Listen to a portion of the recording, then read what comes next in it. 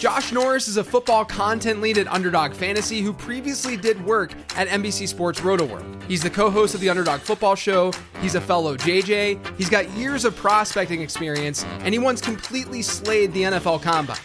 These are his late-round perspectives.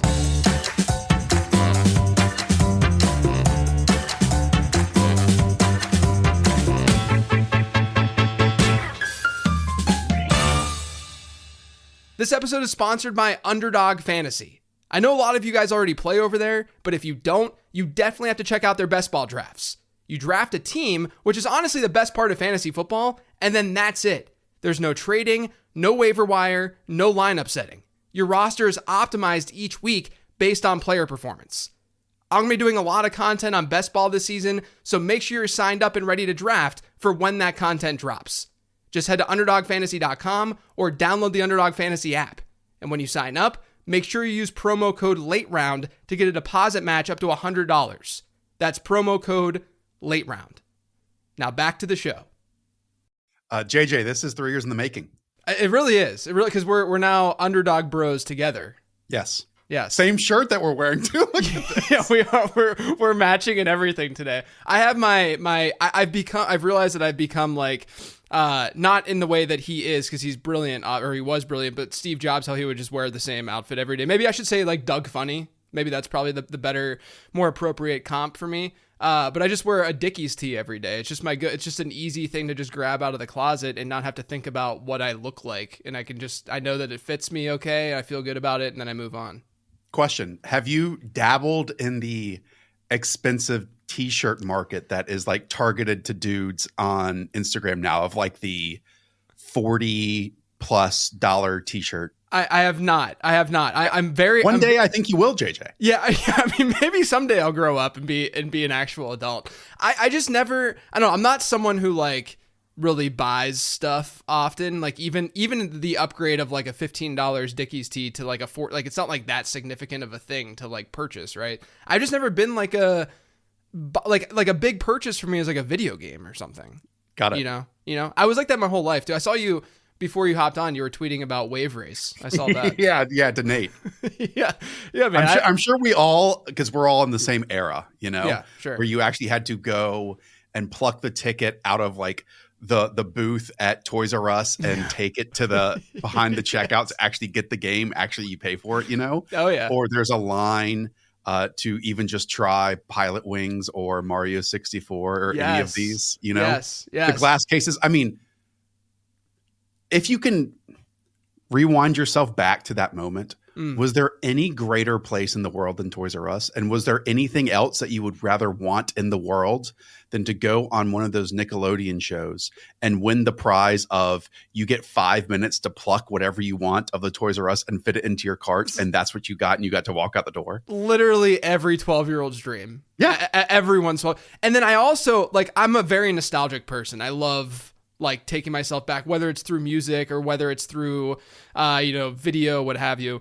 And I love thinking about going into a Toys R Us and knowing that you're going to like purchase a game, right? Like you, like that feeling. Oh, the anticipation of it. It's one of the most incredible feelings that anyone and you're going to read the manual and everything. Yeah. Right. You got the Nintendo power that you're going to use with the game that you end up going. What was your favorite? Is Wave Race can't be your favorite N64 No.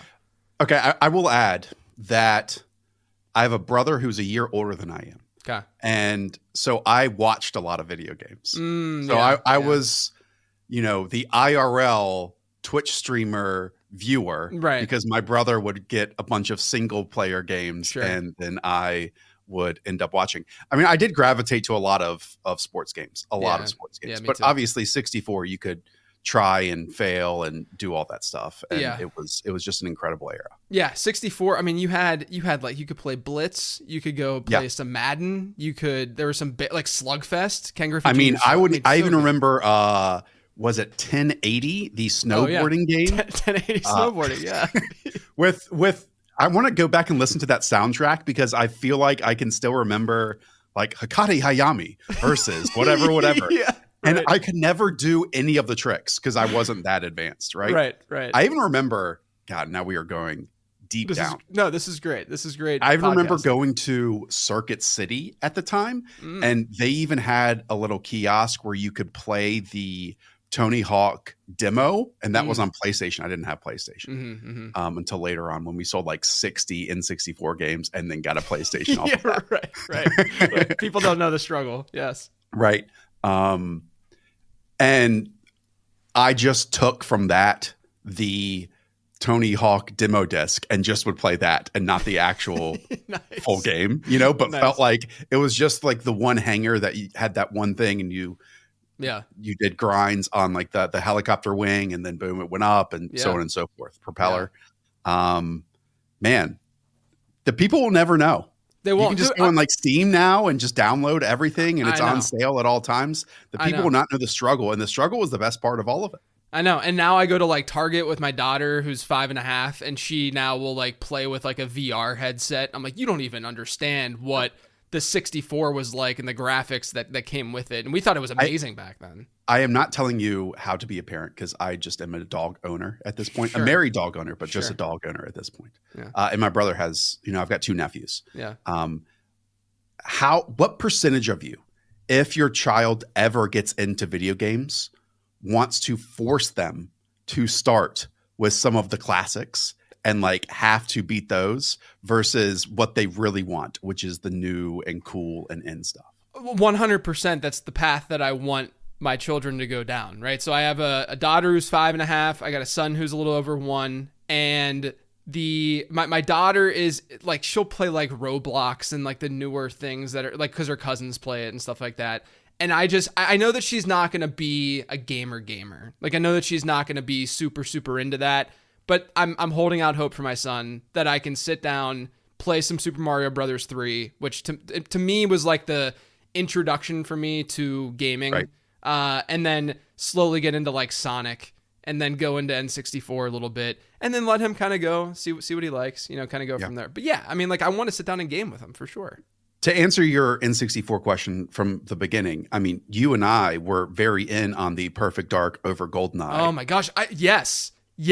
I can talk. So for the I can do people a whole out there, podcast. hopefully you can respect this correct opinion that JJ and I have in the minority. If you tried to pick up and physically play both games, you would prefer to play Perfect Dark than you would GoldenEye in 2024. Yes. It's literally the same game, but enhanced and better is Perfect Dark. Literally. Anyway, we have a show sheet. We have to talk about fantasy football here and football in general in this draft. Hope you saw on the show sheet, Josh, that at the top I called you JJ because you are a fellow JJ, as much as you despise that. But I won't be calling you JJ Norris throughout this episode. But I'll at least throw that out there that you are a fellow JJ.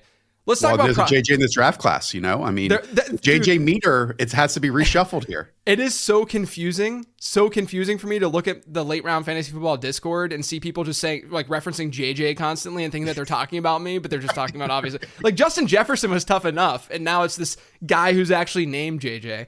Right. But let's talk about prospecting a little bit. You started out at Roto World, NBC Sports. I actually remember, this is something I've never told you before.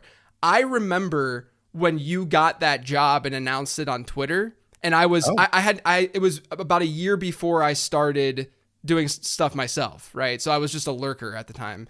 And I remember having read some of your stuff and having followed you. I remember sending you like a congratulatory tweet. So you're welcome for that tweet back in 2011, 2012, somewhere around there. At some point we should try to find that tweet. I've done this with like Matt Harmon on shows too. Been like, what was our first interaction together? I guarantee you it was about Steve Smith. And so I'm sure we have a bunch along the way.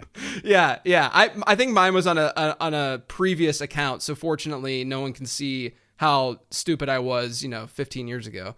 But how did you get into all this? I mean, you've been doing this for a while. You were at NBC Sports for 9 years. You've been at Underdog now for a few. You just, I think, celebrated your 3rd year, correct? With Underdog. How did you even get into the prospecting world coming out of the great University of Elon? Yes, Elon University, same thing. Yeah, right. So it honestly starts at Elon, and I'll try to be as brief about this as possible. I've always been obsessed with the NFL draft, dating back to the days where it was just Saturday and Sunday. And we would even, like, in middle school and high school, like there's that big field day that every school has. We called it Big Saturday at Charlotte Country Day School. Okay. And it would always fall in the NFL draft. And I just remember having to leave that early to go see like Chris Winkie drafted in the 4th round.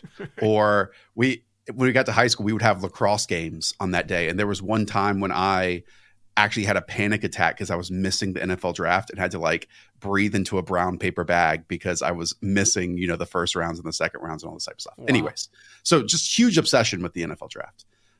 Get to Elon, going into junior to senior year. I would, every single summer try to get an internship. I had one with Fox Sports Radio out in Los Angeles because I just applied to like this database, right? Mm-hmm. And you just put in your resume and cover letter and you think you're never going to hear from anyone. That was just like cutting highlights. So like with opening day today, it would be like the person at the top of the hour with like score updates. And then I would just be the person that cuts and swings and home run 300 feet, deep right center, blah, blah, blah. Yeah, anyways, that was my whole job for 2 months, except Billy Devaney was the former general manager of the then St. Louis Rams, and he went to Elon. He was an Elon graduate and played football there. So like the week before school ended, everyone at the school got this email of, hey, this alum is opening up a scouting internship for training camp with the St. Louis Rams to one Elon student. And it was one of those moments, JJ, where you read it and you're like, there is no one on this campus that is more qualified for this than me. Yeah, I had done like student media. That stuff's on YouTube. If you all want to go watch it, I'm about 40 pounds heavier and stuttering through my words and so bad. And I'd done radio for like 4 years at Elon. That to me was like the huge advantage of what Elon gives you is just on hand mistake learning. So then you're not as awful once you start. Anyways, it all kind of comes full circle there because then spent training camp with the St. Louis Rams. That was all the way back in Sam Bradford's rookie season. Wow. The wide receivers were Danny Amendola. Yeah. Marty Gilliard. Remember that name? Mm-hmm. They had just drafted, right? Yeah, because he crushed Pitt in the Big East Championship at Cincinnati. Yes, they had just drafted Marty Gilliard. He was awful from the start. Yeah. Roger Saffold was there, Chris Long, James Laurinaitis, so on and so forth. Steve Spagnuolo was the head coach. So go through that training camp, and then they invite me back for the 2011 NFL draft. So I got to sit in the draft room with them and that was the first year. It was 3 days. That was also the lockout year. That was the Cam Newton draft. I mean, just a loaded draft class, right? Yeah. Because there was no free agency ahead of the draft. Every team that needed a quarterback took a quarterback. Yep. So you got like the Christian Ponders, the Jake Lockers. Yeah, Jake Locker, right? Yeah. Blaine Gabbert, that group, right? And I learned a ton during that week. I've shared some on my show. I won't go into all of it, but it was a really enlightening process. And obviously I wanted to now, little pin in that, I had started talking to Evan Silva just through DMs prior to that, because Evan grew up in St. Louis, was a Rams, I think, supporter at some point, and was saying things about what they might or might not do. And I was just this college student who would respond to them being like, well, actually, they think this way. Actually, they're leaning in this direction. And I've already told this story, so I'm never going to get in trouble. But when I got to the Rams draft, I go into their draft room with their board, and quickly, after 20 minutes of somewhat memorizing it, go and like sit in the bathroom floor at the Earth City, Missouri Rams complex and basically text Evan Silva what their draft board is. Oh my gosh. And by the way, that Rams team was not good, but like Brad Holmes, Lions general manager, was like their director of college scouting at the time, basically. Ray Agnew, his right-hand man, was also there. JG, Jonathan Gannon, was just the team's combine scout, and obviously now the Arizona Cardinals head coach. So like I run into Brad Holmes at these NFL combine and things, and he's just he remembers, which is great. That's awesome. Which is great. Yeah. So yeah, I mean, from there, did not get a job working with an NFL team. Who knows why? You know. Yeah. but stay in contact with Evan, And so I think that's why you might have seen some of my work at the time, because it was basically freelance. I just worked like the Shrine Game and the Senior Bowl, and then I pitched them to turn their college football fantasy section into an NFL draft section. Mm-hmm. And that worked out. And then the man there, Brett Vandermark, who was head of RotoWorld at the time, saw my college reels, saw my on-camera work, and thought it was okay, because at the time, NBC Sports was opening a new headquarters in Stamford, Connecticut, and were going to have these digital studios. And the digital host was Kay Adams. And so my first year or two, I got to do digital video work, and I was so freaking bad, but I got to work with Kay Adams with all of that stuff. And then it kind of grew from there, and obviously morphed into more fantasy stuff, and then caught up in the NFL draft. But it's kind of been a whole process since then. But like really just the stars aligning for those 3 or 4 years. I'm sure we all have stories like that, but it was really cool. It's really cool to look back on. So you basically, you got a job at NBC Sports because you stole the Rams pick. So if you wouldn't have done that, maybe you would have gotten a job with a team, and then you would have gone down a completely different career trajectory. Instead, you got stuck with Evan Silva for 9 years. Yeah, basically. Right.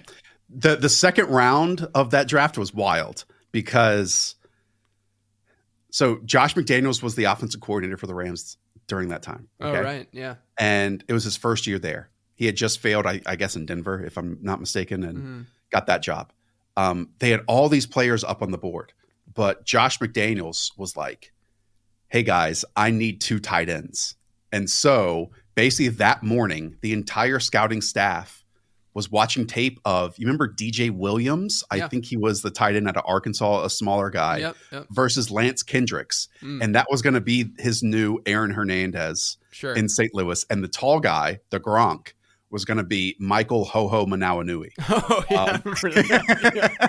And so his goal was to recreate Gronk and Aaron Hernandez with Ho-Ho Manawanui. And then they decided on Lance Kendricks. And by the way, Lance Kendricks was like 15 or 12 spots down when they got up to the board in like the 40s to make their next pick. And Billy Devaney gets up there and says, like, guys, we're taking Lance Kendricks, because Josh McDaniels just basically walked in and just like folded his arms and didn't say a word.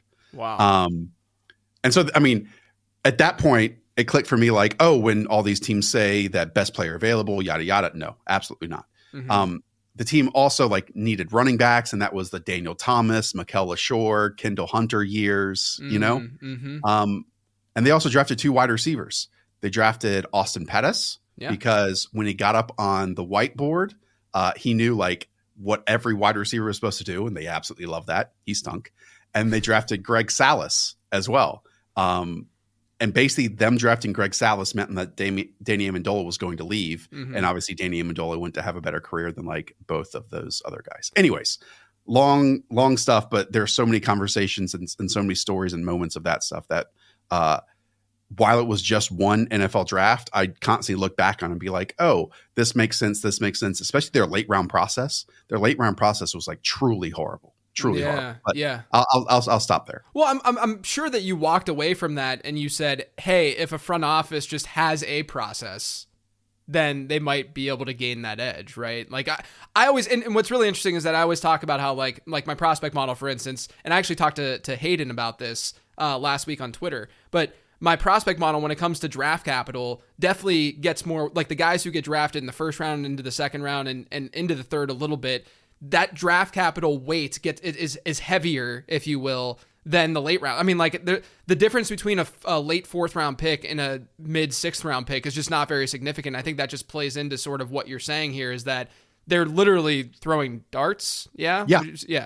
So when it got to the 6th, 7th round, he basically just went around the room and like figured out which area scout had not had a guy drafted from like their dude his area. And so they're like, hey, who do you want? Or like a position coach who was like, man, I need more players in my room. And they're like, okay, who do you want?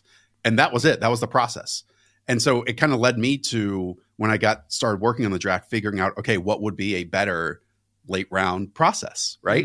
And a lot of it entailed, athletic testing and finding the dudes who were great testers at certain positions where I think athletic testing really does matter. Yeah. And then cross-checking that with obviously the film. And, like the Minnesota Vikings do a great job of that. And it's because I talked with one of their directors of analytics one time at a conference. And it's because, again, their analytics department pulls the best testers, the 10 best at each position that are going to go in this certain range. And then basically that position coach picks his one or two favorites. And then that gives, the position coach a lot of motivation and excitement of, this is my guy. Like he's going to be my project and so on and so forth, and gives him some ownership of it too, while also the analytics staff having some ownership of that at the same time. So obviously Billy Devaney really appreciate the time, but I think there's also a reason why maybe he has not been a second-time general manager. Yeah, right, exactly. So you, like I said, you started in 2012 at NBC Sports full time, right? And but as it relates to, so you've been in like the fantasy football space in that arena for a while. Obviously, you're doing other scouting that's not necessarily as fantasy football driven. You're looking at like D tackles and stuff, which we don't care about like a ton. Right. But as it relates to fantasy football, what have you seen over the last decade? What have you seen change the most? Whether it comes down to the way that fantasy managers manage their teams and look at this stuff, or whether it's how analysts like ourselves are looking at this stuff. Think it's a golden age of quality content. Yeah. Number one, growing up, I really wanted to be like, Mel Kiper or Todd McShay or those types. Right. I think in some ways there might be a younger generation of football content people that want to be like Bill Barnwell or even like Billy Bean or Aaron Schatz, of it's not just, hey, watch the tape and this is all I see. There's also this whole new wave of information. I think that's a big part of it too, that is readily available to the public via PFF or Next Gen Stats or SIS or wherever. Right. And I do think that there is a different kind of thirst and hunger to utilize that information in many different ways and different visuals, And so I still think at times, and especially what we hear from like, insiders or NFL coaches when they do speak, it can still be, it's stats versus film. And we even obviously have a show that's called that. But man, where they meet in the middle, like, to me is where it gets so much fun. Yeah. And where all the answers do lie, and where there is like debate, but also an understanding of how many potential outcomes there can be. I think that really shows up in this wide receiver class. I'm sure we're going to talk about it. But yeah, I mean, just the quality of content plus Twitter on top of that to share it all, plus YouTube on top of that to share it all, to me is the big difference versus you having to be at ESPN or a television network to get your point across 10 years ago. Yeah, no, it's a great point. I mean, I wouldn't be prospecting probably if not for the data side, right? Like it just, to me, it's always been a do what you can do and what you're good at, but be open-minded to the things that other people do and that they're good at, right? And so like, I always use this example, but like, with Harmon and in reception perception. And last year, my model spitting out Jaden Reed as this like, wow, no one's really talking about him right now, so I'm going to talk about him. And then I go, hey, Harmon, have you charted Jaden Reed? And then he goes and charts Jaden Reed, and he's like, wow, he's really, really good. When I get that, I mean, it's a little bit of confirmation bias, but whenever I get that from someone who's like going about this in a completely different way, why would I not feel more confident than in touting a guy like Jaden Reed?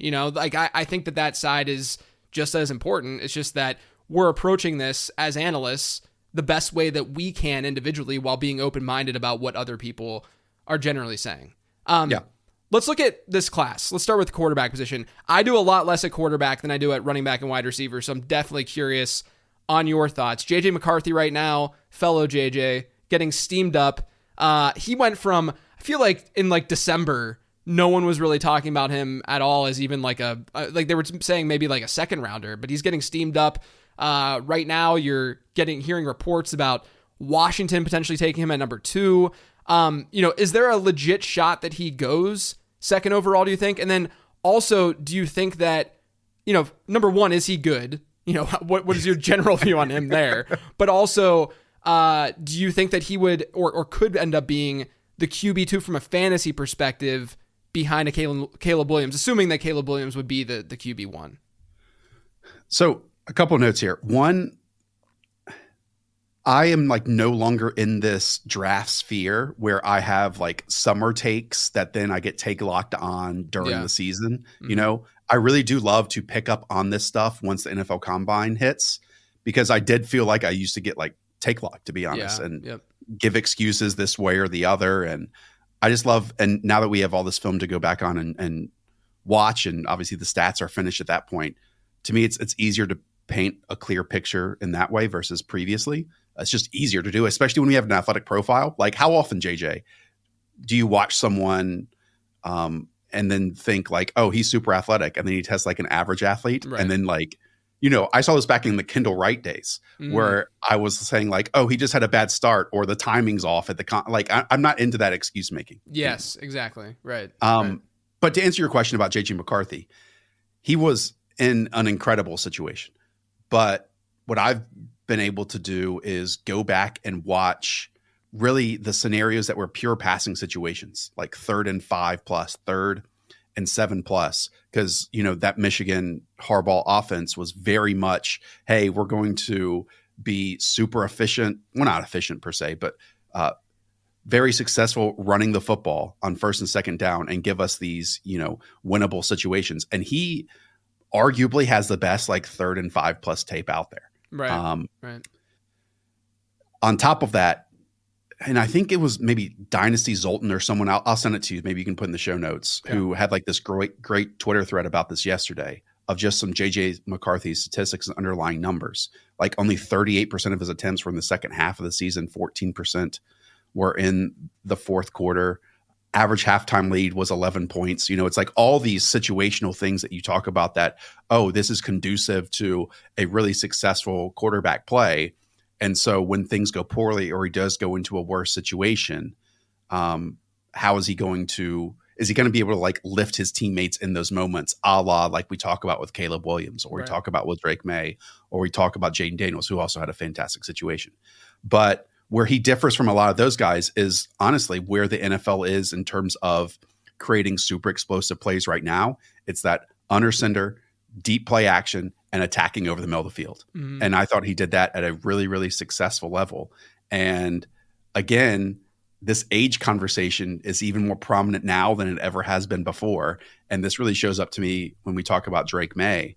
But he's 20, 21 years old. Right. And we're also having to compare him to guys who've played 5 or 6 years of college football. And so even the mental plus physical development of it all is something that I think now is more important, but also more difficult to gauge whenever.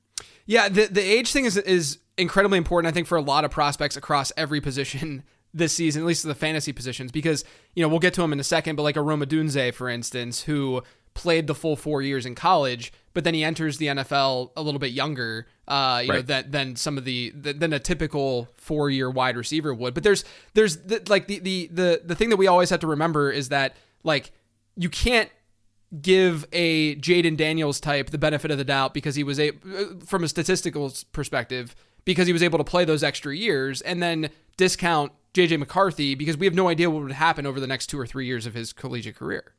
Totally. That really pops up for me with Drake May, because you can talk about him spraying passes or being inaccurate here or there, or making some bad decisions, so on and so forth. But like, if you just look at his first year as a starter, it's better than any Jaden Daniels season, except for this past one that we saw, which was like 4th or 5th years of starter. Same with Bo Nix, same with Michael Penix, you know? Right. And so like, just imagine in college football, if he was able to play for 3 more years, and then you would have a different time to compare it to. Question for you, because obviously COVID plus NIL is allowing people to transfer, be much older than before. How much previously had you factored in age into draft models? Because I know in the dynasty community, it's been a big thing, breakout age for a very long time, or just age when entering the draft. And have you changed that? Have you been forced to change that really this year? Because I think it's this year is more pronounced than ever before. It 100% is. If you look at the number of running backs, especially that are 24 years old entering the, like there are from Purdue. Yeah, like, yeah. I like the guy from Purdue, but he's like 26. Right. Ray Davis is over 24. You have Dylan Laube coming out of New Hampshire who's over 24, and like we have like a handful of them. I can't remember the exact number. There's like 6 or 7 of them. Since 2011, we had like 9 in total, right? Right. And so you have to look at that and understand that we're in sort of a different era now. Do I think that it is going to continue down this path to this degree? I think that COVID had something to do with what we're seeing today in 2024, right? I do think NIL is going to have an impact to some degree then in 2025, 2026, and so on. But I think the COVID effect is going to be lessened, as we go on, because we're going to be like 8 years removed at some point. So what I'll say is I actually, breakout age, for instance, I threw away breakout age out of my model this past year because there's a lot of flaws, I think, to it. It's really binary, hate the binary nature of it, where it's like this guy broke out, this guy didn't. And if the guy didn't, but he had like, a decent stat line, he's looked at as the exact same as a guy who caught 3 passes, which to me just doesn't make any sense.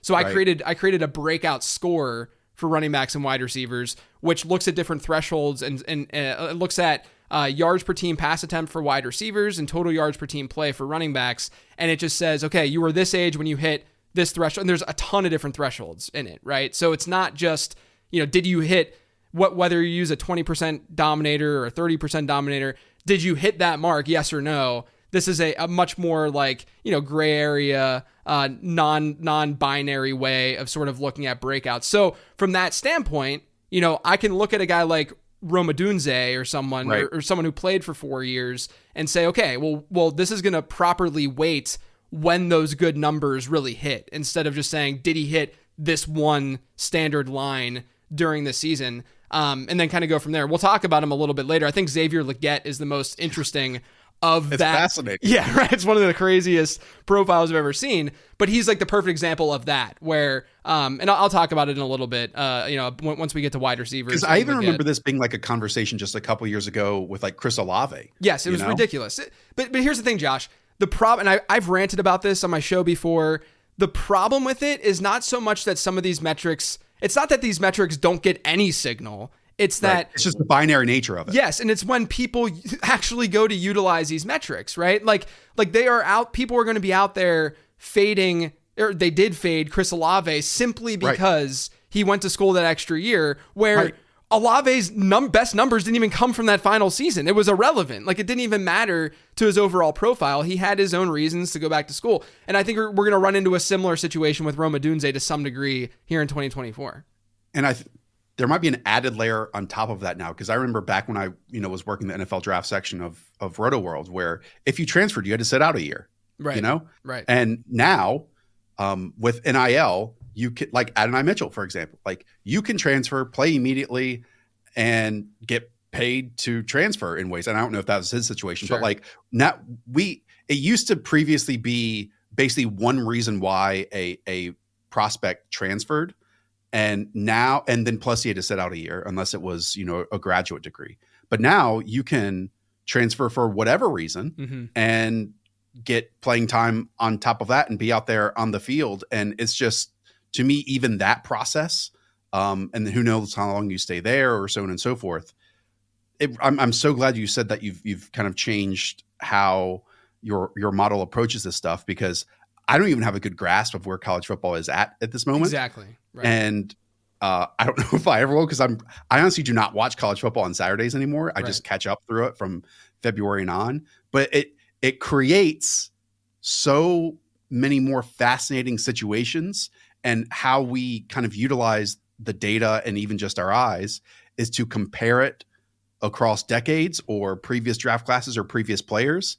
And because of that different story arc or career arc these guys are having in college football now, that becomes even, I think, more difficult to, like you said, be binary about it. Yeah, and the other problem that we're going to run into, I think, and this is not something that I've really like fixed or adjusted for in the model, because I don't know how you necessarily would, but when a guy transfers, I do think that we have to inject a little subjectivity when it comes to the analytics about that player getting acclimated to that new offense, right? Like, I don't think it's nothing. When just think about like yourself, if you were to transfer in college and go somewhere else, like there's an adjustment period for you, right? It'd be no different than what would happen for a college student going from one program to the next. And so, you look at someone like Keon Coleman, you look at someone like Adonai Mitchell, and you're like, okay, their numbers are definitely not totally there, but then you have to at least take a step back, not be just like this slave to these numbers, and take a step back and say, hey, I wonder if these numbers look the way that they do because these guys went through a pretty big life change. Yeah, and I think the other aspect is, and I don't know how NIL works at every single school, but maybe prospects coming out of high school are more likely to kind of go to these bigger programs, right? And then if it doesn't work out from a playing standpoint or a coach leaves or so on and so forth, now they don't have to wait that extra season to transfer. They can just transfer out. And so again, breakout age is easier to do at Kent State than it might be at Michigan State, Then when you get to your final season, that's the one time you finally got in the field, and then you produce after, not having to have the penalty that people in the last decade previously did for making that first decision and then trying to transfer schools. Yep, that's why with breakout score, I adjust for program too now, which I didn't do before. When breakout age doesn't adjust for program. Like Sky Moore broke out because he played at Western Michigan as a freshman. Hey, and I talk about this all the time. Yeah. I mean, you have to one of the biggest learnings for me was this offseason while I was sort of adjusting the model and fixing things and coming up with breakout score was just the idea that I think the biggest flaw with the numbers driven community in fantasy is that they look at all of these situations as totally apples to apples. There's a reason that Javon Baker went from Alabama to UCF and he was able to finally have monster seasons at UCF where he wasn't able to do that at Alabama because number one, it's Alabama, but also he's competing with Jameson Williams and Devontae Smith and these really good wide receivers, right? It's fine to give that stuff context instead of just saying, oh, this guy broke out when he was 18. It's okay, well, he played at freaking Dartmouth or something, just some random collegiate school. You could find great breakout scores for D3 players constantly. Doesn't mean that they're going to be good NFL players. Yeah, and you're so much better at interpreting all this stuff than I am. I'm constantly learning with it and trying to incorporate it. But to me, it's almost, hey, let's give praise to the people who did break out at 18 and 19, exactly. But not necessarily take it away from the people who took them to 21 or 22 years of age when they finally did get their opportunity, and then they maximized it. Yes, and we'll get to the Leggett thing because that is easily so. We'll I don't think I have any answers on that one, but yeah. But I think it's really interesting because there's some really interesting data on it as well. Let's just wrap up the quarterback stuff. Yeah, sorry about that. Derailed us. No, it was a really good conversation. This is why I have late round perspectives to begin with. I just want us to kind of just it's sort of, I had Sigmund Bloom as the first guest of late round perspectives. 3 hours. Yeah, it was just the hour. But it's on the couch is sort of the vibe, right? It's just let's just hang out and just literally talk about anything that's on the top of our dome right now and just go from there. But let's just talk about Jaden Daniels. I do still have a show sheet. Jaden Daniels obviously has, speaking of long collegiate careers and the breakout coming late, that's Jaden Daniels, right? But then he also had two really, really good wide receiver prospects on his team. But then on the other hand, and then he has this, the big pressure to sack rate that everyone's been talking about this offseason as the new big thing with quarterbacks. There's just a lot of stuff going on with Jaden Daniels. So I got to ask you, where are you at with him? And then where you're at with him, does that align with where you're at with him, on a fantasy, from a fantasy perspective? Yeah. I think a lot of this fantasy stuff really does matter about team fit, and where they go. If Drake May goes to the Patriots versus the Minnesota Vikings, that situation is wildly different to me, in terms of surrounding talent, in terms of offensive play caller, in terms of offensive line, so on and so forth. So it's the same player in both, but hey, things can be more effective and efficient with one versus the other. When it comes to Jaden Daniels, obviously the counting stats are unbelievable. And he was in a great situation, but guess what? He maximized it. That might be underselling it at some point. You know, it was unbelievable. 3,800 passing yards, 1,100 rushing yards, 50 total touchdowns and 4 interceptions. Not bad. Yeah, pretty good season. But the underlying metrics give you concern and maybe questions of, hey, it's not as clean as the raw stats might point to. You talked about the pressure rate and how it's, above that 20% mark and even higher than that. And most of the quarterbacks, I think other than Joe Burrow at that point, are kind of failed or Right. failing Right. in that area. But it goes even beyond that. Nate Tice had a great article on Yahoo about this. 14.1% scramble rate ranks third among 196 qualifying quarterbacks since 2019. So basically he's scrambling 14% of the time. Malik Willis is like the only other NFL prospect that's near him in that area.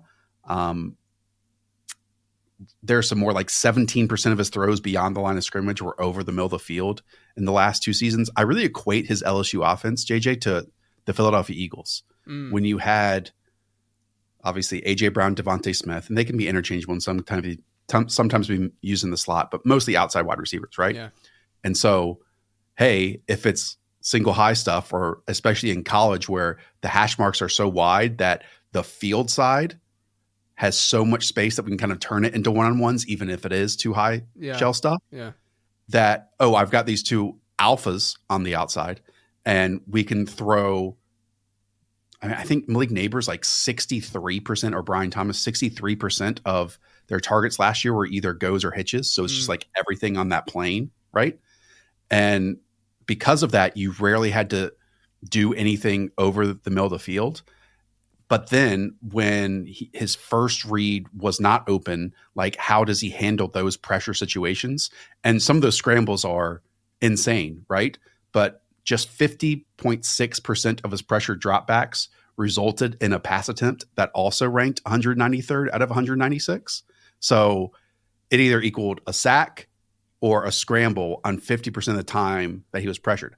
How often do you see that type of game at the NFL level? I think is the thing here. And so typically you want like those small confined movements in a closing pocket to find like the little piece of space to hit that second or third read. And I just don't know if I saw that enough to be as confident as some other people that he is like the locked in quarterback 2 in this class. Yeah. Yeah. I think the one thing from a game theory perspective, and interestingly, I did an episode earlier this week on sort of how quarterbacks appreciate in value from a dynasty perspective. And it's wild how well they appreciate in value. Yeah, it's why I'm trying to trade for one of yours in our dynasty. Yeah, that's true. Yeah, I do have like 6 starters in that league. Well, you have more than that. You think you have like 12 quarterbacks on your roster. Yeah, no, I went for value. You are so much. We need to tell the people about this. You are so invested in last year's quarterback class. You have all 3 of them. I do have you have all 3 of them. I do. You have CJ Stroud, Anthony Richardson, and Bryce Young. We can only start 2. You also have Brock Purdy. You have all these other dudes. Yeah. And it's just, I think, pinpointed at me. So I sell you the farm. Or give you the farm in order to try to get one of these guys. It's coming. Look, I took over a team. It was an orphan, took it over, and I had to rebuild. So I'm just gobbling up as much value as possible. I had a ton of picks last year, and people were laughing very hard at the rookie draft because I had 3 like top 6 picks or something like that, and I ended up just getting all 3 of the quarterbacks last year. Yeah. But it's amazing how well they appreciate in value. Like Bryce Young hasn't appreciated in value. He's more of the exception to the rule. But like Zach Wilson from year 1 to year 2, he actually saw an increase in startup ADP despite, not showing us much. Justin Fields, who I think from like a game theory perspective, like if you look at, obviously the mobility and stuff with Jaden Daniels and whatnot. But I think with Jaden Daniels, like if he has a bad rookie season, it would probably be like a Justin Fields rookie season, right? Like from like a production standpoint and sort of how things came together. Justin Fields saw a drop of 9 spots in startup ADP from year 1 to year 2. And so my thing is, yes, I agree. Like, I think there's a lot of volatility to Jaden Daniels' profile overall. I talked about that on the show. But I think that what's interesting is that you can probably still confidently invest in him from a dynasty perspective, just because chances are he's going to be starting wherever he goes. Right. He's going to be a top 5 pick probably. And then if he starts, we know the mobility aspect's going to be there. We know he's probably going to put up some fantasy points. And if he puts up some fantasy points, then that stability from a value perspective is going to be there year over year. But then you get like a 1-year look to see like, well, what if this does transfer? What if he does find the right coordinator that can unleash him and unlock him? Because we've seen that happen in college, right? And so like, it's sort of this like no downside situation unless he's just dreadfully terrible. But I think the rushing, but he's actually not like, he's super accurate. Right. Same motion over and over again. So like maybe some areas that could be fatal flaws for someone else. To me, that's not the issue for him. That's for sure. Yeah. Like what you're saying. Yeah. So I think that there's, it's one of those things where just, it's important to sort of separate the difference between, a Drake May or JJ McCarthy potentially being a better real quarterback. And then understanding that maybe after year one, you just reevaluate and you maybe force yourself out of a situation with if you have Jaden Daniels on your roster, but or you can just ride it and see what happens. Just a couple more notes about his game. I got to break down one of his games start to finish with Colt McCoy, and like one thing that we noticed was like there was a 3rd and 8. He takes off for a 9-yard run.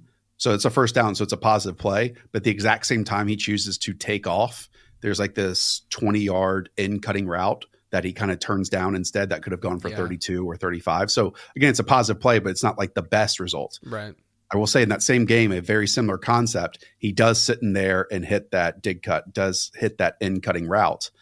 There were similar things said about Anthony Richardson last year, where like in the same game, you could see him learning on the fly, missing a read in the second quarter, but hitting it at the end of the third. I will say Anthony Richardson had basically played like 9 games, and Jaden Daniels is in his like 4th or, you know, his whatever 90th year game? playing. Yeah. So, you know, there was a bit of a difference in terms of how many opportunities and reps they had at the thing. I don't know, man. I'd be curious what the comment you just made about changing in startup ADP, where it is with Anthony Richardson, because in some ways, everything that could have gone wrong did go wrong last year, where like he gets knocked out of 2 or 3 games, misses the entire season. But man, I'm obsessed with Anthony Richardson. I think he's going to be a star. Yeah, of course. Yeah, right. I mean, and his value hasn't changed. If anything, I think it's increased, right? And so it's just one of those things where like, we know that quarterbacks have a lot of value in superflex leagues just naturally. And so, I think the reason that the 2 reasons that I came up with as to why this fascination exists and this thing exists is because, number one, teams that invest in quarterbacks, because we're talking about higher end quarterbacks only. Like, we're not going to talk about this with like an Aiden O'Connell or something like that. And so, the teams are going to invest in these guys. And when they invest in these guys, they're not going to give up on them after 1 year. They do that at times with some wide receivers, or maybe running back, not so much, but we've seen it with wide receivers, and wide receivers have to win on their own and more independently than what a running back would have to. So it's this investment, but it's also just the demand, right? From a fantasy manager standpoint, they're like, man, I got to get a starting quarterback who has upside, because who knows what's going to happen. And so I think it's more so like really figuring out what happens after year one with these guys. Because I do think they're relatively safe investments, at least, entering year one. I did this in another dynasty league, and it's only single quarterback, but it has 14 teams, where for like multiple years, I took the quarterback that draft Twitter hated because he kept falling over and over again. And so I have like Justin Herbert, I have Daniel Jones, Josh Allen. Yeah. I've got guys, because guess what? Quarterback evaluation is difficult. You know, exactly. Like, we stink at it. NFL stinks at it, It's just the name of the game. There's so many factors that go into it. So I'm totally with you that the investment in that spot, unless they are, the point about Zach Wilson and how it barely changed, like that is. Yeah, Kenny Pickett's barely changed. Yeah, that is the biggest tell of it all, because those guys stink big. Yeah, and look, Bryce Young is still a 5th, 6th round startup pick. Like, it's not like he like completely lost all value. And I think that, there are reasons to still maybe invest if you're into like the new coaching staff there and stuff, but we won't go into that. I'll trade you a 2nd round pick for Bryce Young. There we go. Well, here we're gonna do a deal live on air. Let's move on to wide receiver. I think your audience would love that. Actually, they probably would. Let's move on to wide receiver. I'm just going to ask you the question that everyone would probably ask. We have Marvin Harrison Jr., we have Malik Neighbors as probably the consensus top 2 in general, but Rome Odunze is lurking. He's there. And Matt Harmon drops reception perception this past week, where Odunze has only green on his chart. He's looking like an unbelievable route runner with Harmon's process. And I think that, honestly, I think that Harmon really got a lot of people riled up / excited about Odunze. So how are you viewing the 3 of them? Do you have a clear 1, 2, 3? Do you think that they are in one tier altogether? Or do you think that it is Harrison, Neighbors, and then Odunze? In any given year, any of these dudes could have been the number 1 ranked wide receiver. And we could look to last year's class, and any of these guys would have been a easily top 5, top 10 pick easily, right? Yeah. So in some ways, it's the luck of the draw of which draft class you are in, in comparison to being wide receiver 3 or wide receiver 1. so on and so forth. I mean, all three kind of play the game differently. I would say like Marvin Harrison Jr. and Rome Odunze might play it the most similarly compared to Malik Neighbors. What's fascinating, and like I'm sure you've seen this, the continuous buzz from Daniel Jeremiah or Dane Brugler or Lance Zierlein, and now we're getting Schefter and so on and so forth, mentioning like, oh, Malik Neighbors could be multiple teams wide receivers ones. I mean, I totally could buy it, you know? Right. I think we see a small microcosm of this in terms of fantasy football when you fall in love with certain traits or certain aspects of a profile. I will say there are multiple different ways of creating 15 plus yard gains, explosive plays in the NFL. And while the super flashy yards after catch, pulling away from people stuff is awesome, it really is. And Malik Neighbors is awesome at that. So is route running, being pinned along the sideline, creating a sliver of separation, going up and getting it. Because like over the last 2 years, I think Marvin Harrison Jr. has 68 gains of 15 plus yards and Malik Neighbors has 66, you know? So like they are neck and neck in terms of those effective plays. Both their games translate. It kind of just depends on which one you like. And on top of it, Rome Odunze is a freaking awesome prospect. Like how often do we like take, for example, Gabe Davis just got the bag in NFL free agency, right? How frustrating is it to watch and invest in Gabriel Davis on a annual basis, on a weekly basis, even figuring him into your lineup, you know? And I think you and I have learned over the last few years, he's basically been the same exact player throughout that time. It's just us interpreting it incorrectly. Yes. But the reason he got the bag is because he's an outside X wide receiver that you just line up on the line of scrimmage and ask him to do the dirty work down the field. That's the role that Rome Odunze is going to do. He's just exponentially better at it. Right. So, you know, when he does get contact, man, his second or third movements to create that sliver of space and create that separation is just leaps and bounds ahead of someone like Gabriel Davis. So again, they might do different things and play different roles, and one be put in fly and, you know, jet motions like Malik Neighbors and work over the middle of the field, or be pinned along the sideline. But all three are just stellar prospects. That's a cop out, but like I'm just trying to put it in my brain. No, I think it's totally fair. I mean, I have it ranked Harrison, Neighbors, and then I do have a teardrop to Odunze only because the way that the model is seeing things right now, right? And it's just quickly on that, I would put the three together at the top. Yeah. But only because I think the next wide receiver is that steep. Yeah, I agree with that. Yeah. After that. Yeah. I definitely can understand that for sure. You know, the Marvin Harrison thing, you know, so technically Malik Neighbors looks very, very slightly better in the model. Like he has a 99.5 score. Marvin Harrison is a 99.3 score. Okay. Pre-draft. And I ranked Harrison above Neighbors, and people are like, why are you doing that? And the reason I did it is because we've seen Marvin Harrison now in multiple offenses with multiple quarterbacks just ball out, right? The Neighbors thing was last year. Neighbors 2023 is better than I think any other wide receiver season in this class. But I do think that, at least analytically, but I do think that, you know, there's a lot more safety in a guy like Harrison just because we've seen the change of scenery, the change of circumstance, and we can feel a little bit more confident, you know, in that as a result. Yeah, and I love that interpretation of the numbers. Like you're not just sticking to exactly what the numbers tell you to do. Yeah. Like you are obviously interpreting and trying to put it into the context of different systems, different quarterbacks. Like going from CJ Stroud to, is it Kyle McCord? Is that his name? Yeah. Like huge difference. Huge difference. You know, like his quarterback didn't win the Heisman this year. His quarterback is not going to be a top 5 selection. So yeah, I mean, putting context to what the model spits out is the name of the game. Right. I tell people all the time, I use it as a guide so that I'm not doing anything stupid, you know, because it's really easy. But we still do stupid stuff despite that. Yeah, of course. I'm still going to do some stupid things. And it's really mostly, I think, you know, with the model stuff, it's really mostly like spotting some late round guys and spotting values and stuff, because like I said, draft capital is going to get more weight early on. I'm not going to stray away that dramatic. There's some guys that I probably will, but you know, like it's not going to be this like you're looking at my rankings versus draft capital of the first like round and a half, and you're like, wow, these are totally different. No, there's going to be a pretty strong alignment. Where things really need to differ is when you get into the later rounds, because that's where things differ with the NFL in the way that they're approaching these guys. Question: how much then does situation they landed in matter with that? Because like draft capital, like what we saw last year, 3 wide receivers going back to back to back, their draft capital is all the same, right? You know, right? And like at what point does the situation they went into, the reliance of needing this type, the coaching staff, how good the team is, factor into that as well? Not as much as it used to for me, because I've just experienced what I've experienced in players falling to the right spots and us being a little bit arrogant in the way that we think that they fit, and then teams kind of seeing them in a completely different light and using them a completely different way.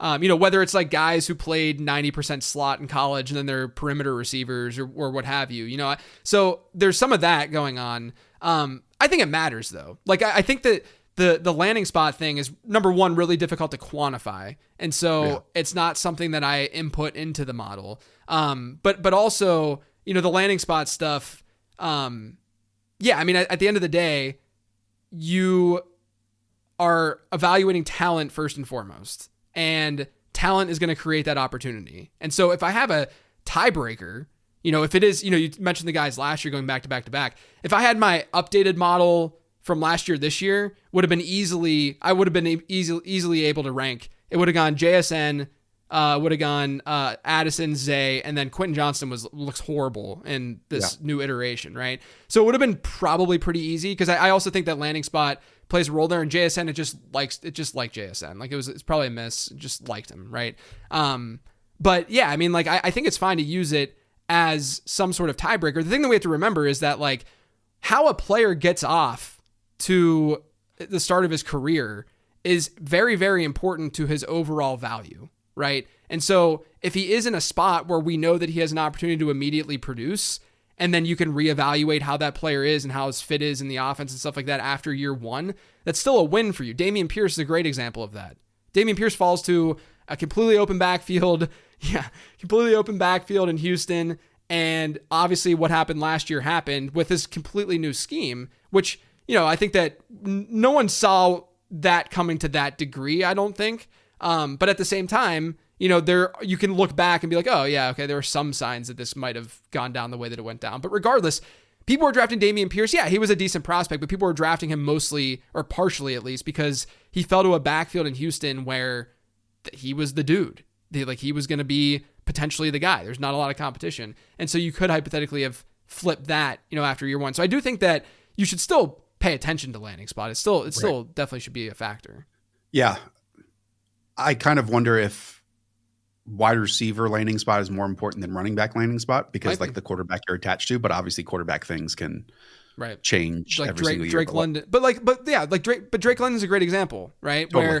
Where if they didn't make the investment in Kirk Cousins, I think you and I would sit here and say Drake London's probably like a top 15 at least talent at wide receiver in the league right now. Like he's up there. And so, he's awesome. Yeah. And so we're sitting here and we're like, just give him a good quarterback, but that also could have just tanked his dynasty value and we could do nothing about it. I get in, it goes both ways. Like I get in trouble sometimes for weighing landing spot too much, whether it's redraft or dynasty. And then I get in trouble. Like last year I was drafting Drake London in redraft because I'm like, he's good, I just think he's a good player and I want to invest in good players. I think I generally lean that way more, when the model's saying something, when my eyes are saying something, when other people are saying stuff, I'll lean that way more. But, I think landing spot, like Devon Achane is not Devon Achane outside of Miami. Puka Nacua is not Puka Nacua outside of LA. Totally. And we got to be okay with that. Like we got to be cool with that, because I do think that it does matter. It's just quickly. Yeah. This is what makes this all so fun, because if there was an answer for all of us to follow the same exact checklist, then this game would be boring, Yes. So figuring out what matters when, with who, like that is the entire name of the game, and why no one's going to get 100% correct or 80% correct or, 75% correct. I think that it's maybe I'll put it this way.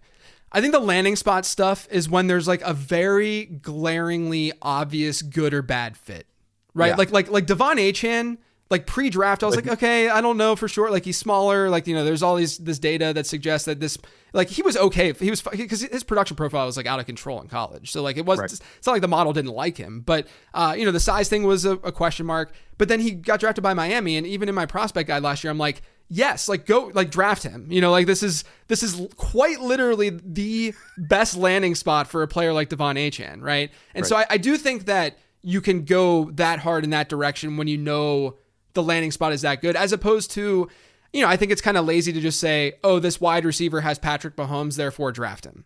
Right. Right. I think there needs to be a good scheme fit. Yeah, and I think coaching, obviously, like you talked about the McDaniel, makes sense. Like with Andy Reid, for example, Rashee Rice literally ran or had like 5 big boy targets last year. Right. It doesn't matter on the field. Right. Like literally, that is it. That is not an exaggeration. Right. And still, he's being put in a where he wins scenario, and it's totally working out for him. Final question on this: for years, I've gone back and watched every single post-draft press conference of all of these NFL teams after the NFL draft. Do you think like that is pointless? No, I don't think so. I don't think it's totally pointless. I mean, I don't have any sort of process or have tested anything related to it. But I think if you are able to consume information and not be weighed and swayed so dramatically by that single piece of information, I do think that the information can be helpful, right? Yeah. It's just a matter of like... I think almost inevitably it's going to help and it's going to hurt. And it's like help in certain ways and then hurt with others. Like like last year, picked up that the Bills want to be 11.5 personnel, and then all this stuff gets recycled.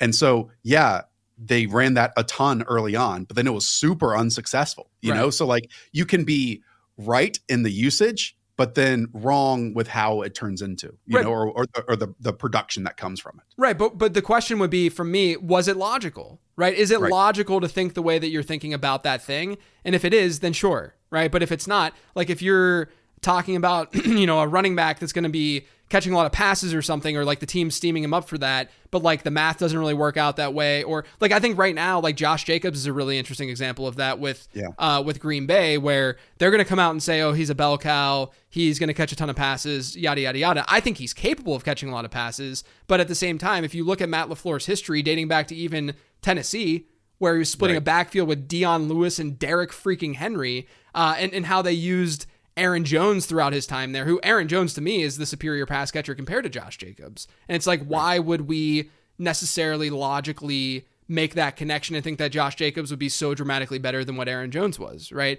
So like, I think it's just that, like matching it all up. Whereas if they're like, Devon Achane's going to Miami, he's going to play in this zone scheme. Like, let's go. Like this, like he's going to destroy there. So I think it's just a matter of how logical, you can approach those topics.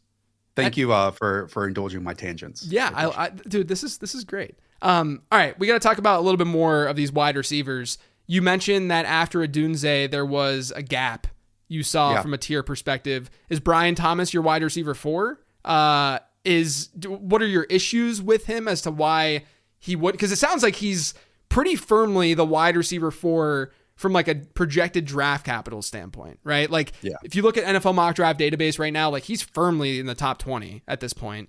And so, he's a really weird eval for me because his numbers look really good in the model, but he was very, very difficult to find matches for from a comp standpoint.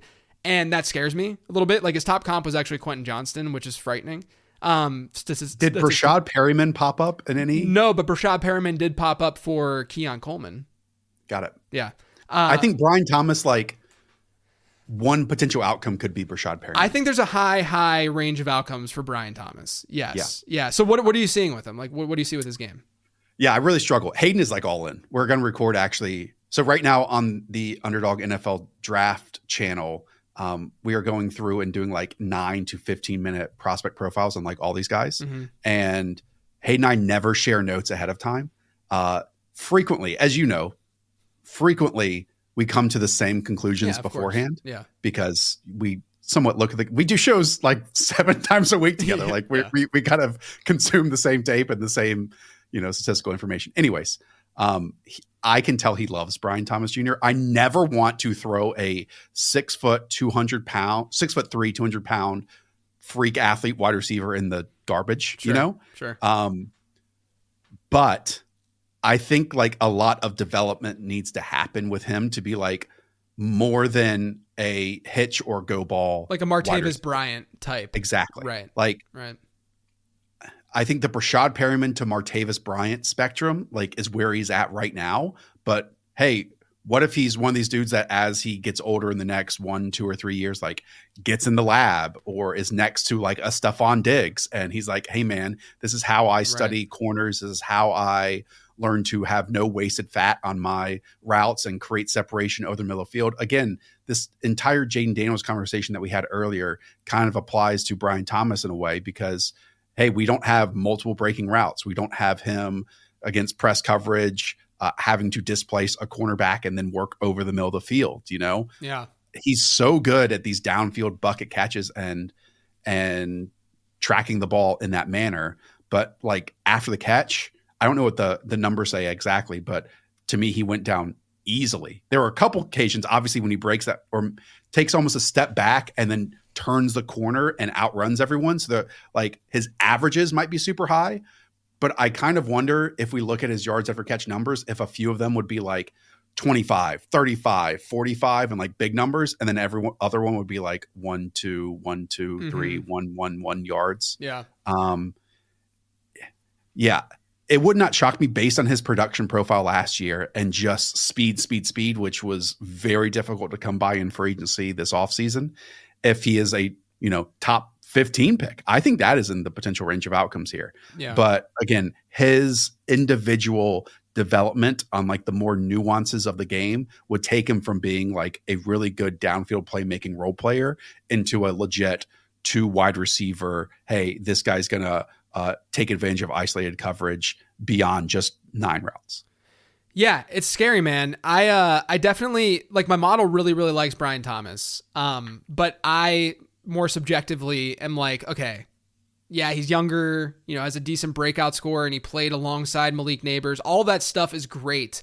But then, you just dig in a little bit more and you can kind of see just general issues with his profile and the contested catch rate type stuff. And just the fact that we're drafting him seemingly on ceiling scares me a little bit. And I had this discussion with Pat Corain on his podcast last week or 2 weeks ago.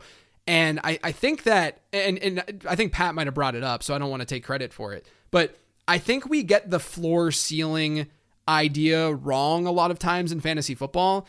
And when we're making rookie draft picks, we're going to say, I'm going to take Brian Thomas because he has such a great ceiling.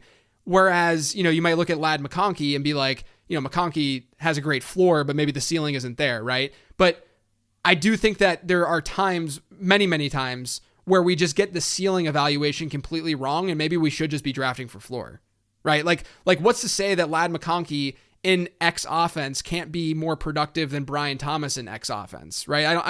I mean, look at like Cooper Kupp or something, these situations of these like sort of slot can probably play on the outside kind of hybrid players, going like a Keenan Allen or even where if they're in the right spot position, obviously, a guy like Keenan Allen and Cooper Kupp, they're elite at what they do. But I think in general, we probably get this archetype of ceiling wrong, where we assume the ceiling in fantasy football, the ceiling player is the prototypical X, is the prototypical size guy who can get down the field. But I don't know if that's it, especially in today's game, right? Especially in today's game. So I think maybe another way to frame it, and tell me if I'm taking your words or misconstruing them here. I think if Brian Thomas stays who he is right now, he will be a high variance type. Yeah. Yeah. And maybe the ceiling comes in where that variance becomes consistency of targets and opportunities that aren't just, Jalen Hyatt-esque vertical routes, which obviously some weeks, especially in best ball, fantastic, right? But on a managed week-to-week basis can be somewhat frustrating. But even we go through a period of time where Christian Watson, for example, had that stretch of hitting. But then it's still this high variance nature of it. Just one final point on your thoughts about ceiling and floor. I think that can be converted into quarterback evaluations too, where like Anthony Richardson last year, for example, his ceiling was viewed as high because of his rushing ability. To me, we should almost have viewed that as the floor that we're getting. Yep. And then the ceiling is the game slowing down from the passing standpoint, right? Yep. And so he brings this insane skill set as a runner already as a floor.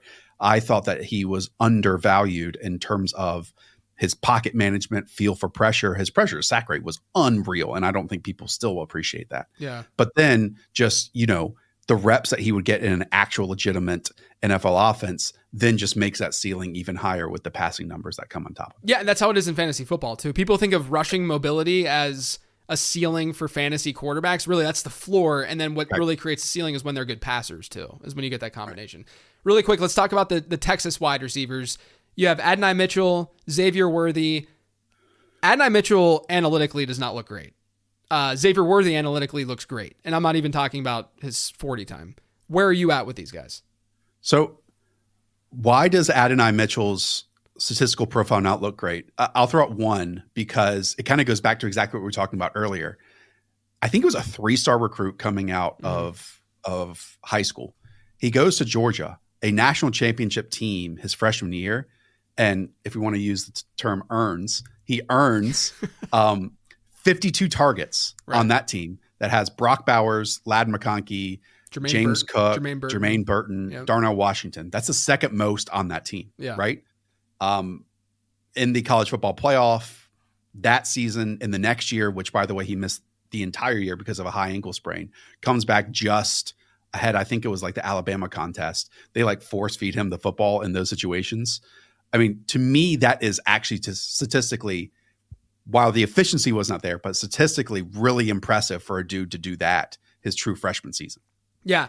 I would say that the reason his analytical profile looks weak is because, I mean, obviously you can look at things like yards per route run, or because yards per route run numbers, I think actually the worst in the class, his best season yards per route run, yards per team pass attempt, really, really low.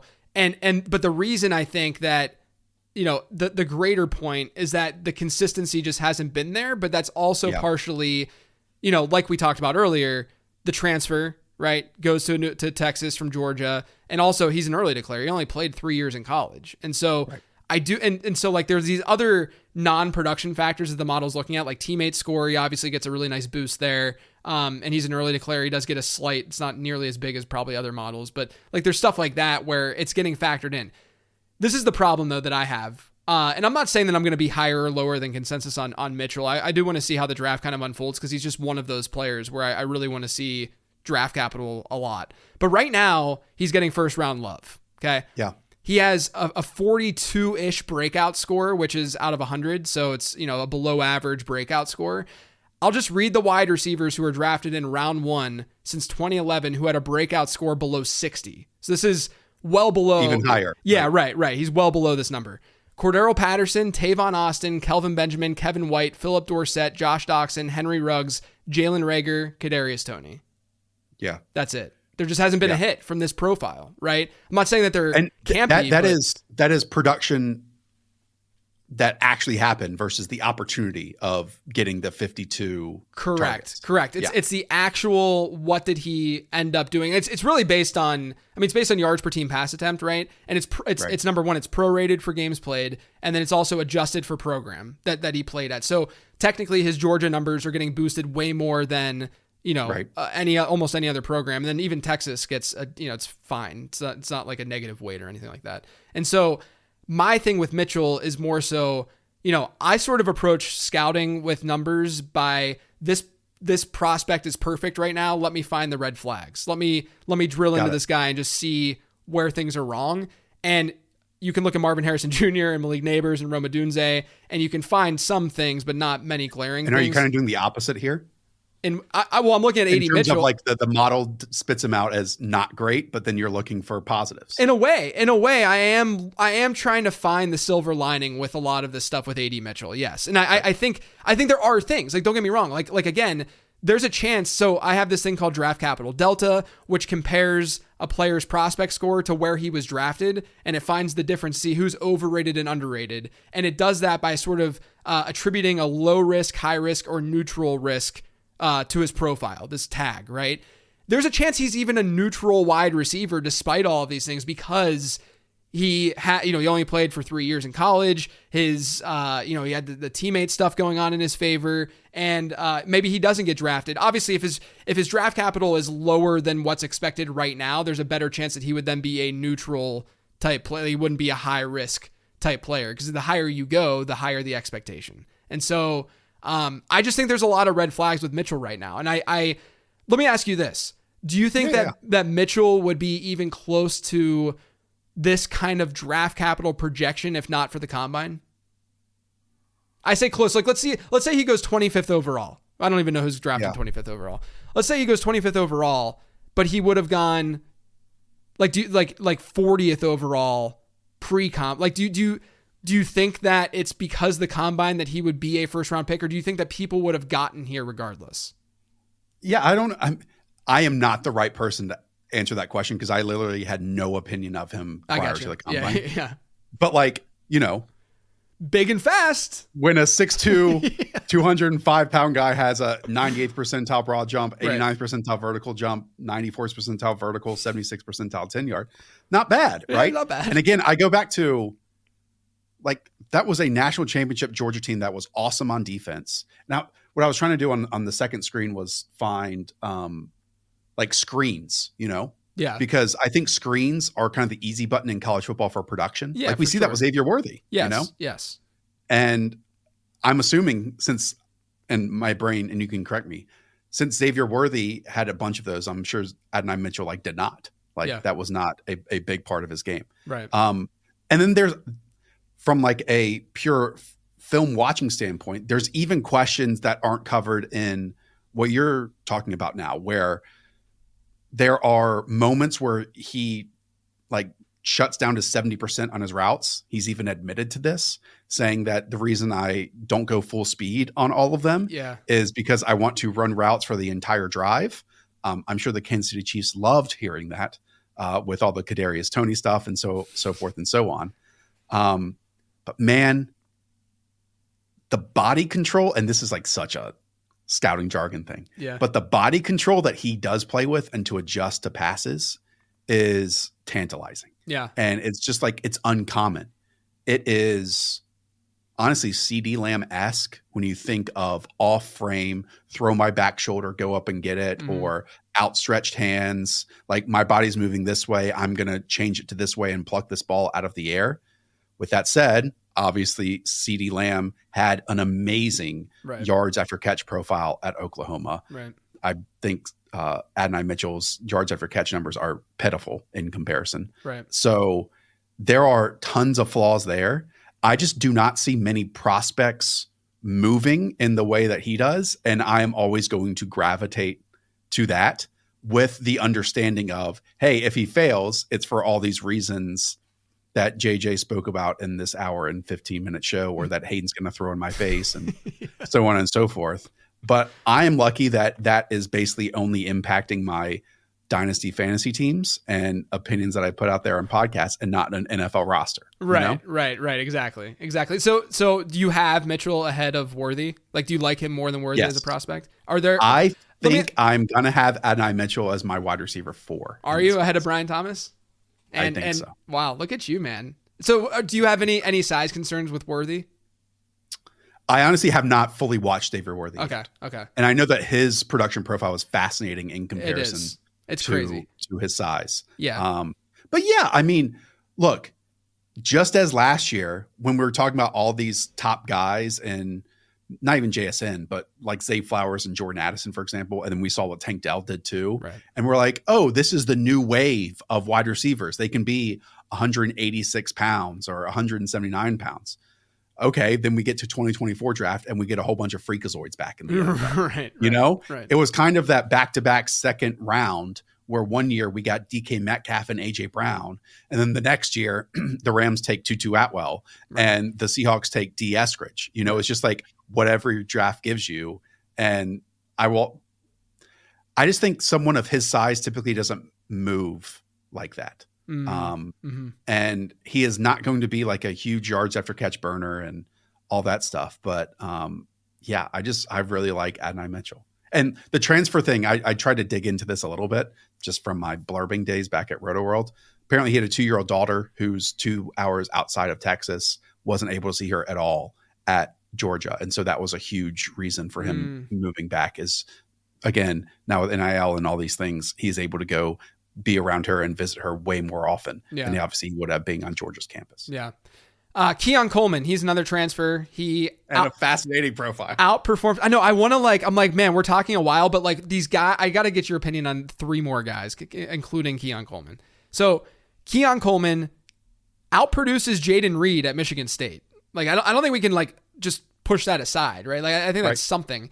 Goes down to Florida State, has kind of a whatever type. I mean, look, circus catches for sure from Keon Coleman, but his production profile wasn't that great. I can throw out some stuff just to give you an idea of isn't like his EPA per route or per play, and then obviously yards per route run, like all of it is kind of. It's not great. So he has a best season yards per team pass attempt that's below 2. Okay. He also has a breakout score that's below 60. So he's another one of those like AD Mitchell, that grouping. But his best season yards per team pass attempt was below 2. Since 2011, only 2 of 17 top 100 picks with a sub 2 number in that category scored 10 or more PPR points in one of their first 3 seasons. That was Terry McLaurin, who really beat the odds from a production profile standpoint. And then Nico Collins was the other one who, you could probably put in like a similar-ish archetype as like a Keon Coleman, but only 2 of 17, right? That's a 12% rate. When you look at top 100 picks who did get to a 2 yards per team pass attempt rate, which is many of them, that goes from a 12% rate of hitting 10 or more PPR points per game in one of their first 3 years to a 52% rate. So it's not everything. It's just Keon Coleman's overall profile has flags, has a lot of flags. I would argue there are more flags with his profile than AD Mitchell's profile, because AD Mitchell has sort of these like, tertiary things going on from like a situation standpoint that favor him a little bit more, in my opinion. Like you look at like Johnny Wilson, he outproduced Keon, like he had a better, like a yards per team pass attempt than Keon Coleman. And it's like, what are we, like, what's going on? Like, is Johnny Wilson that good, or is like, what's going on here? Cause I think that most people would say Johnny Wilson should play tight end at the next level. Right. And so there's just a lot of red flags to his profile. And I'm very curious to hear where you're at. No, and even like from an athletic testing standpoint, right? Like if you just talk about just point blank 40 time, because in many ways that's how the combine is conveyed to the people out there. That's in like the Laquan Treadwell, Devin Funchess, Alden Tate territory for someone of that size who's playing outside wide receiver. But then, and when we open this conversation with just way more tools and information, now GPS tracking on top of it, we finally get that this year. I will say with GPS stuff, like the reason to me why the combine is so significant is, again, being able to compare athletic profiles via composite scores, which I want to add, weight should be heavily added. People love RAS out there, and I don't think it's a bad directional thing. But to me, it doesn't factor in weight enough. Yes. Because think about like, okay, Xavier Worthy versus Xavier Legette. We're talking about wide receivers. Yeah, you got to adjust. They're 56 pounds difference. Right, exactly. Right. And that's what makes wide receivers so much fun. Like think about even running a 40 with 2 10-pound dumbbells in each hand. Right. Like how much slower are you going to, You're right. Well, it's not only that one comparison. Not only that, but guys are manipulating their bodies for the 40 time at the combine. Like Xavier Worthy might play 10 pounds heavier than what he was at the combine, but he knew that even if he weighed in 175 versus 165, it didn't matter. Like they were going to say you're a small wide receiver, so you might as well just aim for the freaking 40 record whenever you're going there, right? So we have 40, we have 10, we have the jumps, we have the agilities, all that stuff, even though no one's ever doing the agilities anymore. Anyways, that allows us to compare these guys athletically over decades, literally. Now with GPS, it's like the last 3 years. Yeah.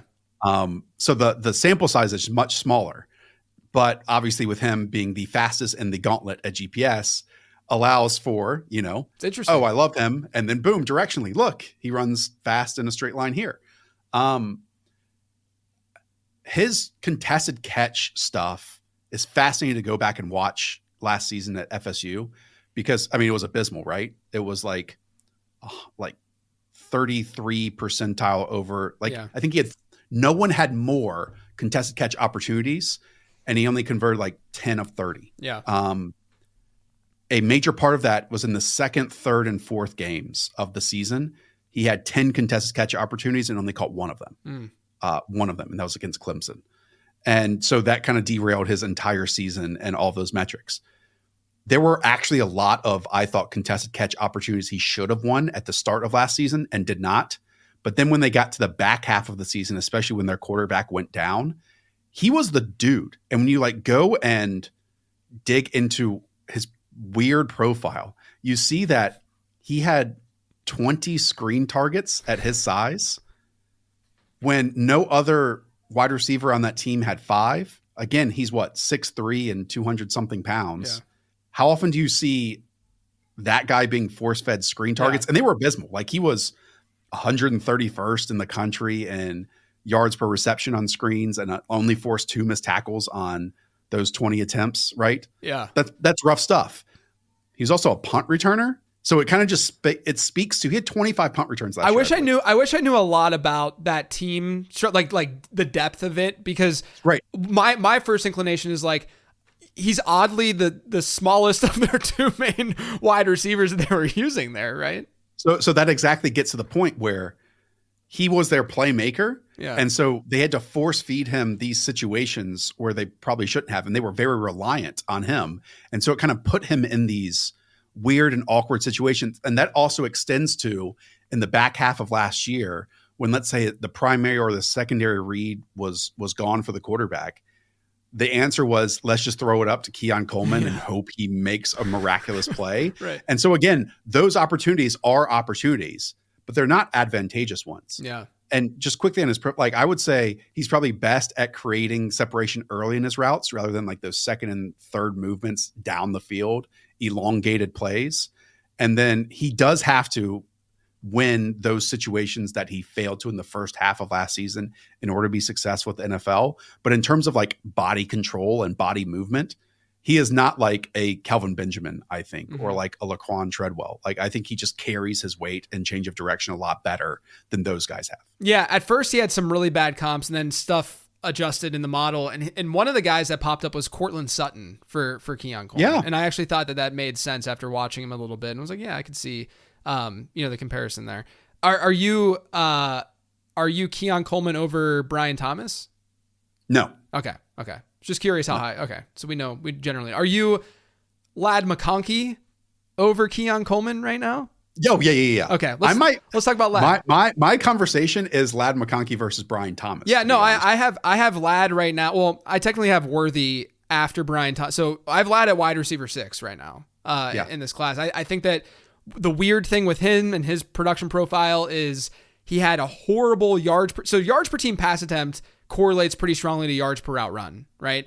He has an unbelievably bad yards per team pass attempt number, but his yards per route run is out of control. And it's because he ran the best in the class. Right. He ran the 5th most routes at Georgia this past year. And so when you're not running, and whether it's injury, because I know he's banged up a little bit throughout the year, Georgia obviously being ahead in games, so they're not going to use, their studs necessarily. So there's a lot of like reason for that. And so I'm leaning into those reasons because I think it's logical to lean in on those. What did you see with McConkey? Like, do you think that he, I know we touched on this briefly, but do you think that he could have still a decent, because I think a lot of people would look at him and be like, oh, he's a high floor slot guy. Yes. But I think that there's probably a little bit more there than just that. Yeah. I mean, I think his ceiling is better than people perceive it to be because, again, skin tone, they look at it. Yeah. And then the comparisons are to like, Edelman or Cooper Kupp. And like, hey, from a production standpoint, not awful. But at the same time, he can be an outside wide receiver in the league. No doubt about it, in my opinion. It kind of goes back to the team construction here because Brock Bowers was basically used as like a move tight end for this team. And so he got all the easy stuff. Yeah. Bowers had 30 screen targets last year. Ladd McConkey had just 7. Okay. In 2022, both had 21 screen targets, but Bowers had 50 slot targets and Ladd McConkey had just 25. Yeah. So again, Brock Bowers was basically the slot guy and the screen guy, which again is the easy button when it comes to production here. Yep. Ladd kind of had to do the difficult stuff, the big boy stuff of the intermediate and downfield routes. And then when you look at it, 13 of his 30 catches this past year went for 15 plus yards. The year before that, it was 20 of 59. He dealt with an ankle sprain, came back, I believe, against Alabama. It was obviously hurting him a little bit. So, like, I'm a huge fan of Ladd McConkey. I think he's going to be terrible in the league when it comes to winning contested situations. Like, it's not just his size that is different than the Brian Thomases or the Adonai Mitchells that we're talking about. I think the timing of it, or like fighting through contact when like on underthrown passes or having to change his direction, not great. Again, when it comes to going and fighting for the ball, but like, if we can use the term sneaky, he's sneaky after the catch too. So Yeah. I really like Ladd McConkey, but I don't know if it's my simple-minded brain, JJ, of, oh, I'm taking a risk here with Adonai Mitchell. Do I then want to be pretty safe here with my ranking of Ladd McConkey, and those balance each other out? Yeah. No, I feel you. I see the same things though. And I think that, you know, if your concern is contested catch stuff, I'd rather have that be a concern than sort of the opposite, where a guy's good at contested catch stuff. And is that sticky to you? Is contested catch sticky to you? Not necessarily. I haven't tested it a ton, but like I care more if a guy is just bad at a lot of things, you know? So like if like Quentin Johnston, I think was interesting because he was so bad statistically with the contested catch stuff, but yet that's what he was like supposed to do, you know, just like archetype wise and stuff. And so it was just like, there's a lot of stuff not matching up here. And so that's why the Keon Coleman thing is really interesting, but also like, I don't think that that's something that we need to really be concerned about with like a McConkey. Like it just doesn't, like how many targets are going to come that way with a player who's a technician the way that he is, you know? So it probably just doesn't matter that much at the end of the day. Let's finish this off and talk about the weirdest wide receiver profile in this class. I shouldn't say wide receiver and end it there because he might be a totally normal dude. Although when I listened to Xavier Legette's interview, I was not expecting the Southern draw that. He's from your other woods. Yeah, right. Like he's, you know, I'm in Charlotte and he, I hear that accent all the time. I just did not realize that it was going to come from Legette. So yeah, Xavier Legette, let's talk about him. He plays 5 years of college ball. And when I say he did nothing, doesn't transfer. Is it South Carolina? Right, South Carolina the entire time. I think his max season in yardage for the first 4 years was 176 yards receiving, and then last year just goes absolutely nuclear. Like just an unbelievable production season, and just like that's the reason why people are looking at him the way they're looking at him right now. Where are you at with Legette? Yeah, he nearly had more returns in the previous season in 2022 than he had receptions. I mean, it's just a crazy profile. It's wild. And then, but I think his first game this year was against North Carolina. I could be confusing that. He goes out there and dominates. Yeah. He was unbelievable in that North Carolina game. And what's crazy is he looks like he's not just a vertical hit or miss, high variance receiver, you know, like sometimes I think profiles can lead to that. And that's why there's a blow up here, you know, like a new coordinator comes in, a new quarterback that transfers in, and boom, these are moments that never hit before, like Jalen Hyatt, for example. Yeah, or like a De'Ami Brown or something like that. Right. Yeah. This was like legit routes, legit, I'm going to win after the catch. At the same time, if we can spin age back into this, he played this year at 22. He turned 23, I believe, in January, if I'm not mistaken. Yeah. So a 22-year-old freak athlete, all muscle, built, beating up on, you know, maybe some smaller guys might have something to do with it. I don't know, man. I'm like kind of low-key obsessed with Xavier Legette. Nice. But it's worrisome because I have no answer. You have no answer unless like you talk to him individually or talk to his coaches of, hey, why'd it take until year 5? Right. Because it doesn't look like your normal year 5 come out of nowhere type who like just learned how to play football, because the dude like knows how to play football. It's pretty stunning what he did this year. Yeah. Like you don't do what he did that last season by being bad or by, you know, like that's the glaring thing for me. I'll say this about him. His statistical comps were pretty bad. One of them was actually Jonathan Mingo, which would be funny. Guilty. Would be funny. Well, it'd be funny if Carolina goes that route, because he's been tied to the Panthers a lot. Legette has. And so, but here's the thing. This is what I want to leave with Legette that I think is pretty intriguing. And this goes back to the breakout where we're gonna bring things back to the breakout score conversation we had and sort of going against breakout age and such. But Legette had a decent, I say decent, but it was above 75, his breakout score, despite, you know, what he did the first 4 years. The reason for that is, number one, like you said, he's a little bit younger than most most guys would be 24 at this point. He's 23. So, you know, that's one good thing. The other good thing, though, is that his production last year was just that good. And so it's weighing that in a way that something like breakout age would not be weighing, right? It's only looking at it binary. This looks at it as how good was that season, which is why like a Malik Neighbors has a really good breakout score as well. But I'll leave you with this. It says, and this is from my prospect guide, it says, and maybe this super late breakout isn't that big of a deal. Since 2011, there have been just 4 top 100 non-early declare wide receiver draft selections who were older than 23 years old when picked, and who also hit a breakout score of 75 or better. And then I say, to put that mouthful another way, they had an okay breakout score despite getting drafted at a fairly old age, right? And they had good draft capital. Those 4 wide receivers, Sterling Shepard, Deebo Samuel, Cedric Tillman, and Jaden Reed. So 3 of the 4 are fantastic pros, right? Yeah. Or, we think Jaden Reed is actually, I think, somewhat of an intriguing comparison, even though they're different sizes. Like they're built kind of differently. Right. But I could see them being used in similar ways on an NFL offense.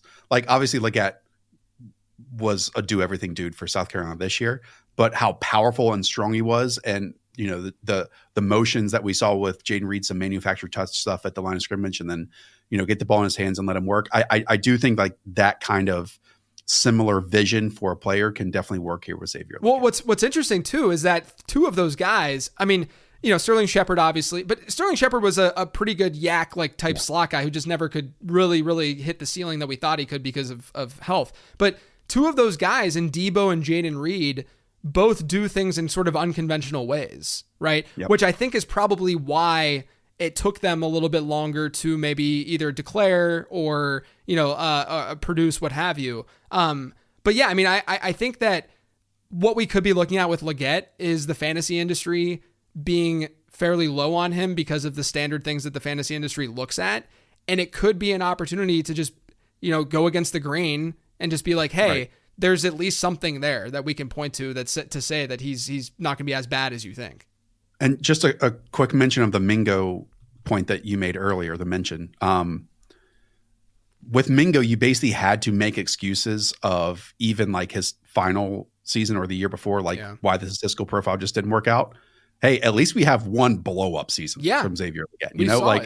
There isn't even close that Mingo did anything production wise in comparison to what Xavier Leggett did this year. Yeah, I mean, again, it's not just the profiles that are fascinating or the ages that are fascinating. It's also, again, having to rank Xavier Worthy next to Xavier Leggett when the dudes are 56-pound difference and have the same WR in their chest at the combine and the same checklist or however you want to do it. I mean, it's just, to me, what makes the wide receiver position so much fun in comparison to everything else. 100%. Because they won't be asked to do the same things, but they're drafted the same exact position. Yeah. Yeah. It's by far the most fun position for fantasy analysts in particular to. And then I really do think like even freaking Tank Dell changes my perspective on this year. Yeah. Because I've even seen this year during free agency, people saying that like the Texans should go out and get like T. Higgins or so on and so forth. And like, oh, just plug Tank Dell into the slot. The dude is an awesome outside wide receiver. Yeah. Yeah. I mean, unbelievable. I don't want to move him. I don't want to do anything. I want him to like keep corners on their heels, and the way he's just able to break off and play bigger than his size too. Like Tank Dell is, despite 100 and whatever pounds, not a slot wide receiver. To me, he's an outside playmaker. Yeah. I think people have to be open-minded about that too whenever they're evaluating these guys from college to pros, because it's really easy, like you look at Tank Dell's profile, and even last year in my prospect guide, like I was like, yeah, he's probably going to play slot in the NFL, right? Like that was what I thought was going to happen. But I thought the same thing for like an Elijah Moore. And Elijah Moore goes out and year one dominates the perimeter, right? It's just that his teams have not been using him that way. I think that he should be used that way more, or at least like more of a rotation with a guy like Moore. But I think we need to just at least be open-minded to these possibilities that a guy who was either small or stapled to the slot throughout college, be open-minded to the fact that a team might want to use him in a different way. And like with the Texans, for example, versus let's say what the Jets were doing previously with Elijah Moore. I mean, so many of Tank Dell's big plays this year happened, again, off under center, marrying the run to the pass, deep play action, basically 2 vertical routes, because what Bobby Sloak did so well this year was keep 1 or 2 or even 3 extra protection, extra blockers in to allow Nico Collins, big, fast dude, Tank Dell, super mover, right? Yeah, That yeah. it's tough to stick with on 3.5 yards down the field. And then boom, we get these explosive plays. Yeah. When Amari Cooper went down for Kevin Stefanski this year, Elijah Moore steps in there for like that one game with Joe Flacco. Yeah. And it's the Rams under in it, center, yeah. deep play action. Yep. Hey, we're going to make these things happen down the field. So again, it comes to the fit where, if it's just, let's say like the opposite of that, which is Joe Burrow, 98% shotgun. I'm going to catch it and throw it quickly, right? Tank Dell might not be as good as he is with, again, these big, deep shot vertical routes off play action. But the fit where he is right now, I definitely want to keep him on the outside. That's for sure. Yeah, for sure. Josh, I could talk to you for hours, man. Like literally, I mean, This is, again, 3 years been waiting for this one. That's and we only got 1 hour and 38 minutes in. I know. We got to just do 6 more of these and then we'll catch up on the shows we missed. If the people who listen to this want more JJ and Josh shows, let us know, because now it's a possibility. Now it's a possibility for sure. Let everyone know where they can find you. Just go on YouTube. That's where I live now. It's all I think about at this point. It's currently called the Underdog NFL Draft YouTube channel. We will change it after the draft back to Underdog Fantasy Football, most likely. But we have been churning out content. We will do that through the NFL Draft. And obviously, as soon as that turns, new Best Ball Mania opens. Yes, and so immediately after the draft, we'll talk about where all these guys fit, new rankings for every single position. And it never stops. It never stops. But I really am enjoying the YouTube life aspect of it all, and appreciate you all tuning in and watching and supporting both of us. Yeah, absolutely. You guys are crushing it over on YouTube. Really awesome job, both you and Hayden. I am on Twitter at LateRoundQB. You can find Prospect Guide, all the stuff I'm offering over on lateround.com. Otherwise, everyone, thank you for tuning in.